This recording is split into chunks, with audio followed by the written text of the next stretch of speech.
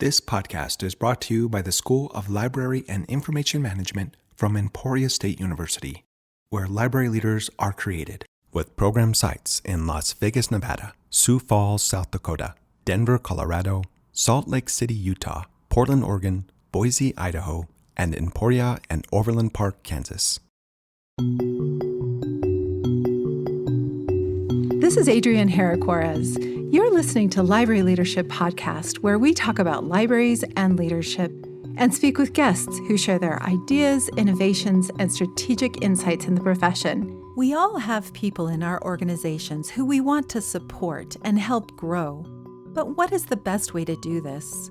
On today's show, I talk with Dr. Melissa Cast-Brede, Associate Professor, and Erica Rose, Library Science Faculty and Program Coordinator at the University of Nebraska Omaha. They share with us a process of appreciative inquiry that allows us in libraries to throw out models of deficit thinking and embrace positivity in working with others. We can all benefit by creating an affirming cycle of inquiry to support those around us. You won't want to miss this important information to help set the groundwork to support teams and possibly even develop some of our best leaders from within. Enjoy the show. Welcome to the show, Melissa and Erica. Thank you so much for having us. Hello, thank you. It's great to have you here. Today we're talking about growing our own leaders in libraries. You do this through a process of appreciative inquiry. First of all, why is there a need for this discussion? This is Melissa. I'll start us off here. Leadership implies movement, correct? Like we are moving somewhere, hopefully forward. But too often in our world, and this includes me, we get stuck in deficit thinking, where we just think about what we don't have. We don't have enough money. We don't have enough time. And when we do that, and I want to acknowledge that those things are true, but when we do that, we start looking at everything as a problem. So we're just problem solving, and everything just becomes a problem. That saps our energy, at least it does mine, enthusiasm, and sometimes it stalls us from that forward movement.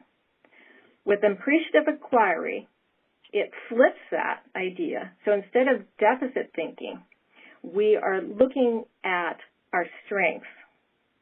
So we still look at the problems, but we look at them in terms of our strengths. What strengths do we have for addressing them? And we also look in terms of opportunities.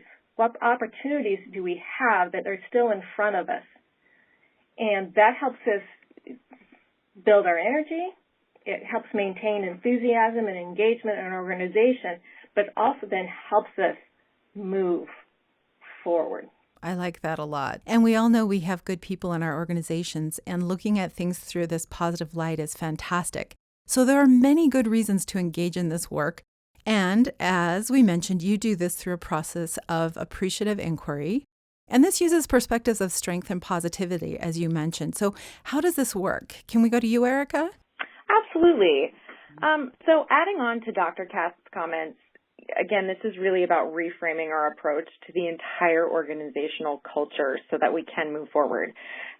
Just to be clear, we know that this is easier said than done, particularly in a profession like ours where our days are filled with all of these unknown variables and putting out fires. And appreciative inquiry is so valuable because it helps us make a conscious shift.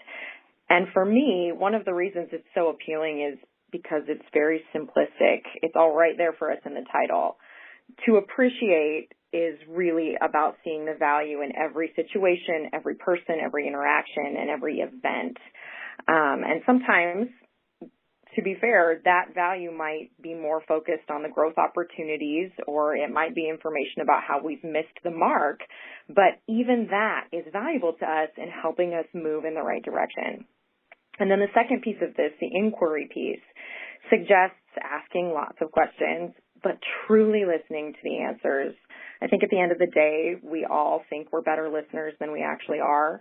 And so this is about really activating that research aspect of our librarian selves to gather good and meaningful information. This requires productive conversation that's built on trust and vulnerability. For all of the Brene Brown fans out there, that will resonate. And it's also then taking that conversation and being proactive in doing something with what we get from it.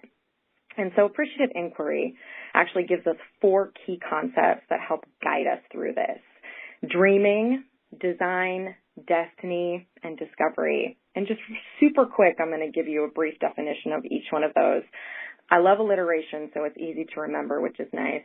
But dreaming is the visioning process. It's what you hope to achieve.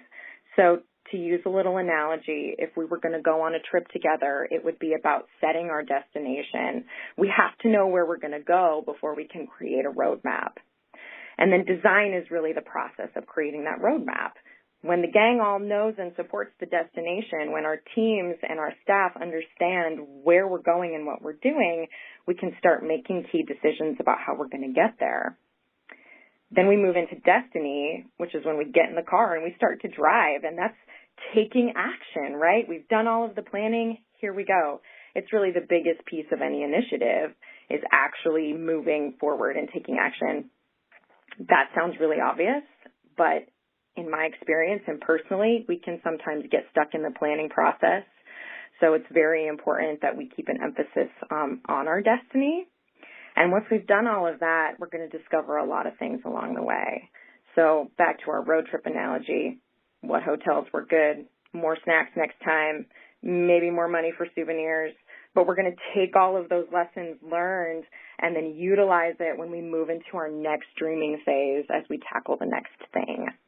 So that's kind of how I like to envision how we take action and put appreciative inquiry into play. So it comes full circle in the process. And can you go through the basic principles and the framework for implementing these strategies? Sure, absolutely. This is Melissa again. And I think in the interest of time, we'll just look at the 5 original principles.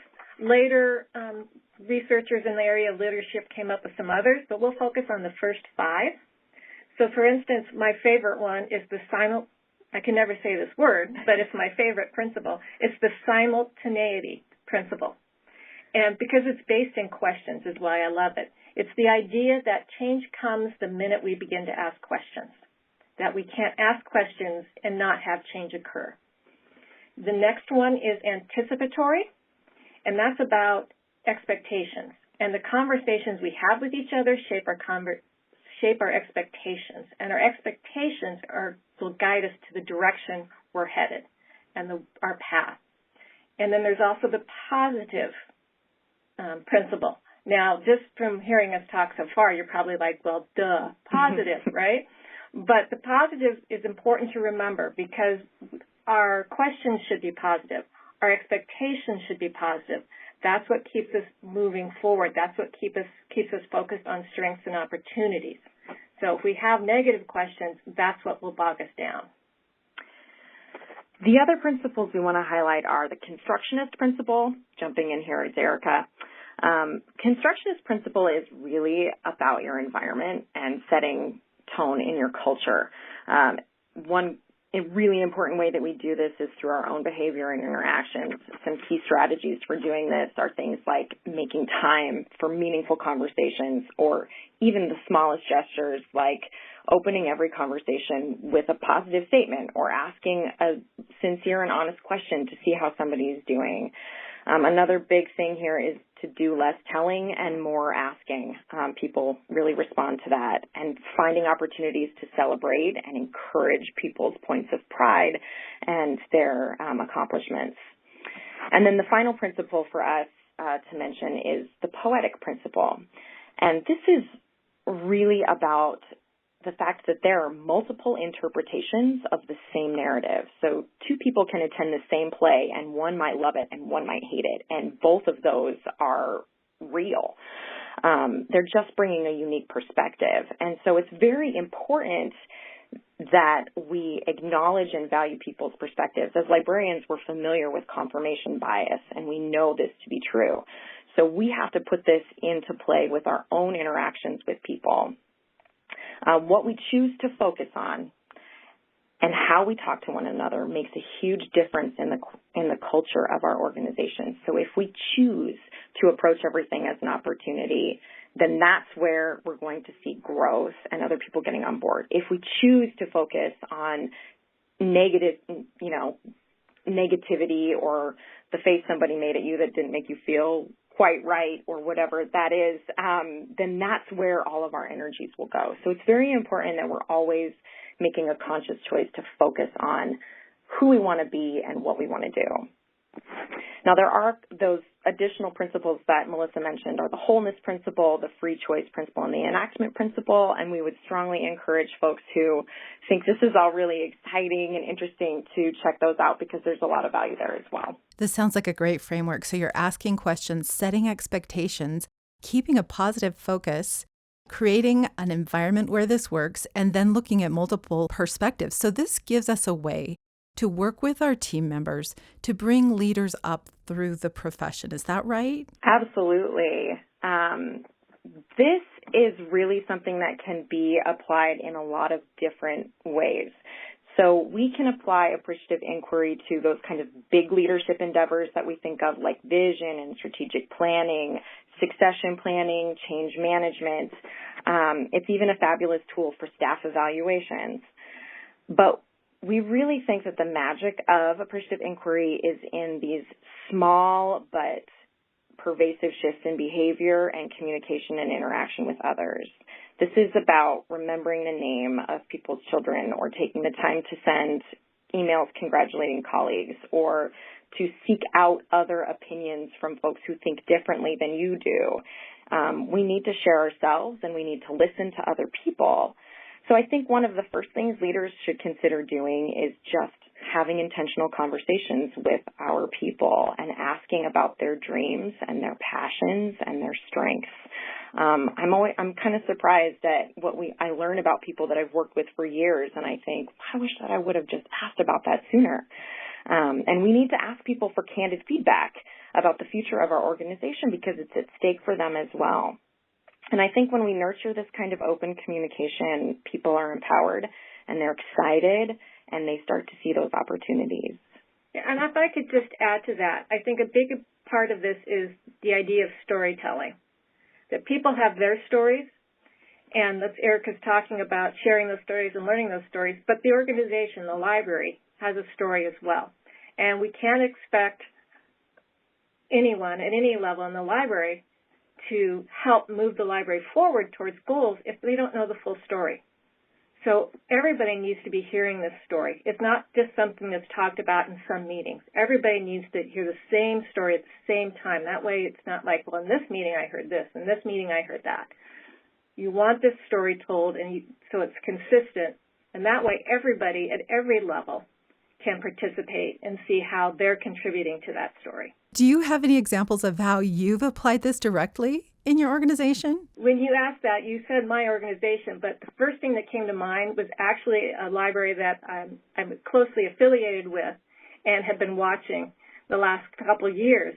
A new director came in, and what was just so great was he was so excited to be there, not just because, or still is even, but not just because it was like a promotion or a move up his career ladder, but because he just was going, there are so many exciting things happening here. And I just think it's so cool that I get to be a part of it.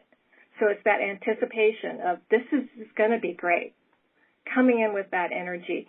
And he took the time when he got there to learn everybody's story. You know, this is an academic library, so there's a large number of staff, and he took everybody out to lunch at different times, and groups of 2s and 3s. So he heard everybody's story and what they were doing, and got a sense of all these different pieces and how they work together and people's strengths. And then he just says, what can I do to help you do your job, help us move us forward, and trust them to act on those strengths. And even today when I see him, he's just like, oh, he's been there like 3 years now, and he's still like, I just can't believe how lucky I am. And we're moving these things. And it's not like everything is fabulous there, and there haven't been hiccups and stuff like that, but there's such a focus on positivity and strength that they're really moving, and you just see it. You just go in the building and you can feel it. And I would jump in as I was thinking about this with an experience that we have had on our team. I think actually this whole framework of appreciative inquiry appealed to Dr. Cast and me because it articulates and defines how we really do strive to work. Full disclosure, we are really lucky to live in and work in an environment where positivity is shining, and we really do treat challenges as opportunities. But specifically 4 years ago, Melissa and I were just starting this huge initiative in which we were going to convert all of our library science classes to a fully online delivery format, which is a lot of work. It's kind of a big deal. And our program chair really set the tone from the start with a few simple but really powerful comments. So first she says to us, you know, we're not going to do this if we're not going to have fun. That's a priority for us throughout this journey. And the second thing that she says is we're not going to hurry.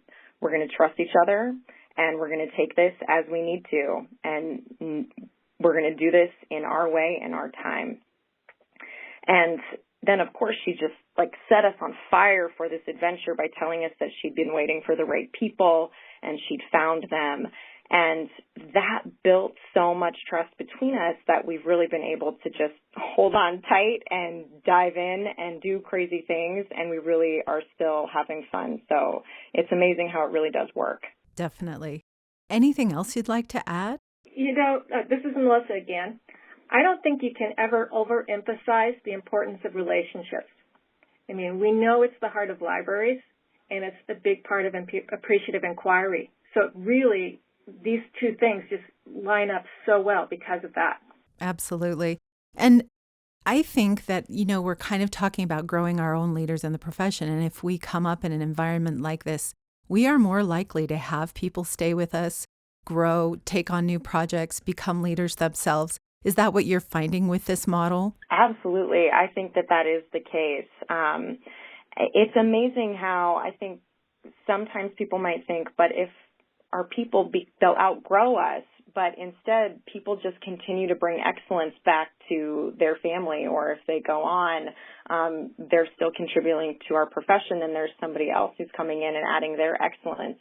So I like you said earlier before, it really is this kind of beautiful circle, and it does work. I think we're really lucky we see it with our students all the time. And there's just so much fabulous talent in this profession, and I hope that we can all maybe be a little more intentional about celebrating the good work that everyone is doing. Right, and I would add that if you look at the literature in terms of careers across lots of different professions, you see that really what a lot of, especially now, in the last 10 years, that people are really starting to think about being rewarded and engagement in their work, not just the paycheck and advancement, stuff like that. They really want to be involved and feel like they're contributing. And this model really fits that need in people to grow, but not necessarily grow out of where they are, but just grow as a person and grow in how they can contribute and how they can help the organization grow. I agree. We all want to contribute what we have to offer to our organization, so this is fantastic. Do each of you have a favorite book or resource you'd like to share about leadership and why? I feel like it's a dangerous thing to ask librarians to pick one book or resource. So I'm cheated and I picked two. So first, I mentioned Brene Brown earlier, and I read her book, Dare to Lead, this summer and found it to be really inspirational, specifically, though, kind of related to appreciative inquiry, because I think a lot of what she has to say allows us to get in the mindset where we do trust one another so that we can have productive conversations. The other one that I have to recommend is Simon Sinek's Start With Why, because mysterious goals don't inspire anybody. I think if you want buy-in and passion, we have to be clear about why we're doing these things, about the value of the services that we provide. And as Melissa was saying earlier, it's, the power of everybody knowing what our story is. And that's when we can really come together, put all of those various skills and talents to work as we move toward that common goal. And I'm going to be a little different in my answer. Because the first thing when you said that, my first thought was Ender's Game by Orson Scott Card. So I'm looking at the awesome. fiction world. Mm-hmm. But when the first time I read it was after 9/11, and it was just before the U.S. was going to go into Iraq, and I read the book and just went, wow. And then I went back and read the preface, which I know better. I should read the preface and the introduction first. I know that, but I read it last. And it turns out the edition I was reading was coming out just before the first Iraqi war. And so he wrote this introduction with it, and he says that, he didn't realize how much leadership was a part of his thinking as he was writing this novel. And since then, I've gone out and done a little research about it, and this novel is used to review military strategies, and I've seen articles in Forbes and Business Week about this and how the main character, Ender, is a true leader and models leadership. He built relationships with his team, getting to know them, their strengths. There's a focus on goals and, winning these battles are the goals, but he delegates the tasks and they work together based on their strengths. And he trusts them and empowers them to act on those strengths. There's focus, there's practice, which is basically meaning you make professional development opportunities available to your folks, right? So that when things happen, they're comfortable and confident in themselves. And then finally, they were successful because they were so focused on their strengths. When they were thrown curveballs, they could adapt and be flexible. And too often, we think we have a plan and we have to go forward and just follow the plan, trust in the plan. Well, no, you need to modify the plan as things happen. The goal doesn't change, but sometimes the environment around you is changing, so you have to adapt and be flexible. And you can't do that if you don't trust each other, if you don't know each other's strengths, and you haven't been practicing and working together and developing your skills. Fantastic. I love asking librarians about books. I get so many different answers. In closing, what does being a librarian mean to each of you personally? Well, this is Erica, and I think over the years I've come to learn that librarian is truly synonymous with educator, and I believe fiercely in the idea that our communities are empowered and nurtured through education, and that could be curriculum-based or it could be self-directed education. It happens in all kinds of different ways, but I think we are truly educators. But the most important aspect of librarianship for me is the principle of equitable access. I'm just so proud to be part of an institution that's devoted to service to all people, regardless of social circumstance or race or religion or language. I think our open doors are a saving grace to so many people, and I'm really honored to be one of the folks that keeps the welcome mat out. So that's what it is for me. And for me, what drew me to the profession from the start was puzzles. Figuring out puzzles, where the puzzle is a patron's question, a new technology, how am I going to catalog this book? I don't get this. It's full of puzzles. And over time, I realized that the technology, the catalog, working with the patrons, those are all tools and pieces of a bigger jigsaw puzzle, shall we say.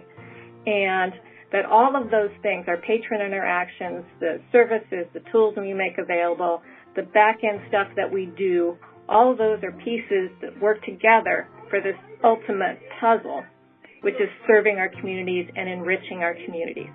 These are all pieces, and it's a constant puzzle of moving those around and refitting them together to serve our communities in that way, and whatever their needs are, to the ultimate, enrichment and building relationships within the community.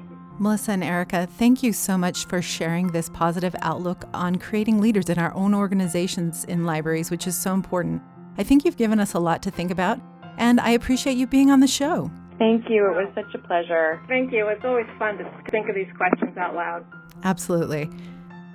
You've been listening to Library Leadership Podcast. I'm your host, Adrienne Herrick Juarez. Our producer is Nate Vineyard. More episodes can be found at libraryleadershippodcast.com, where you can now subscribe to have new shows delivered right into your email inbox. You can also find the show on Apple iTunes or wherever you get your podcasts. Thank you for listening. We'll see you next time.